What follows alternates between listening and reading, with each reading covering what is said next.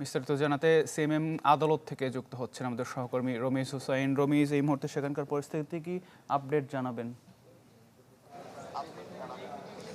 তোমার আতি কিছুক্ষণ আগে এখানে আসলে 11:30টার দিকে আসামিদেরকে হাজির করা হয়েছে এবং এর পরবর্তীতে আমরা দেখেছি 12:30টার পর থেকে যেই দুজন যে 6জন আসামিকে এখানে হাজির করা হয়েছিল সেই 6জন আসামির মধ্যে দুইজন 6জনকে আলাদা আলাদাভাবে এখানে একটি যে বিচারক আসার কথা ছিল সেই বিচারকের খাস কামরায় নিয়ে যাওয়া হয়েছে। আমরা আসলে এখান থেকে যতটুকু জানতে পেরেছি, আরএফএল ওয়ারড্রপ, প্রিয় সব পোশাক যত্নে থাকবে আরএফএল ওয়ারড্রপে।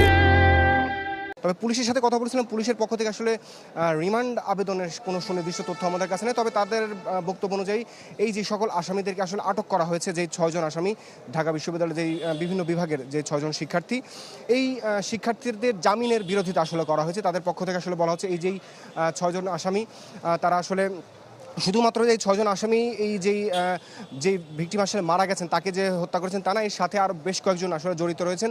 তো তাদের আসলে গ্রেপ্তারের জন্য এবং তাদের বিরুদ্ধে বা তাদের বিষয়ে সুনির্দিষ্ট সুস্পষ্ট তথ্য জানার জন্য এই সকল আসামিদের জিজ্ঞাসাবাদের প্রয়োজন আছে এবং তাদেরকে যদি জামিন দেওয়া হয় সেক্ষেত্রে আসলে তারা পালিয়ে যেতে পারে। এই ধরনের আশঙ্কা থেকে আসলে পুলিশের পক্ষ থেকে তাদের জামিনের বিরোধিতা করা হয়েছে এবং কারাগারে পাঠানোর কথা বলা হয়েছে। যদিও রিমান্ডের বিষয়টি এখন পর্যন্ত আসলে পুলিশের পক্ষ থেকে সেভাবে আমাদের কাছে কোনো ধরনের তথ্য নেই।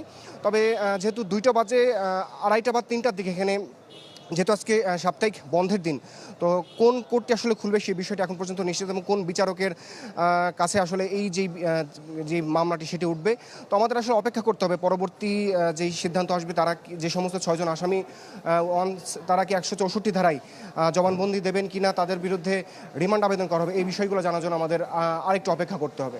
তাতে গেছিল এখান থেকে সবশেষ তথ্য আমার কাছে। জি রমিজ, ধন্যবাদ যুক্ত হবার জন্য। সিএমএম কোর্ট থেকে জানাচ্ছিলেন সহকর্মী রমিজ হুসাইন।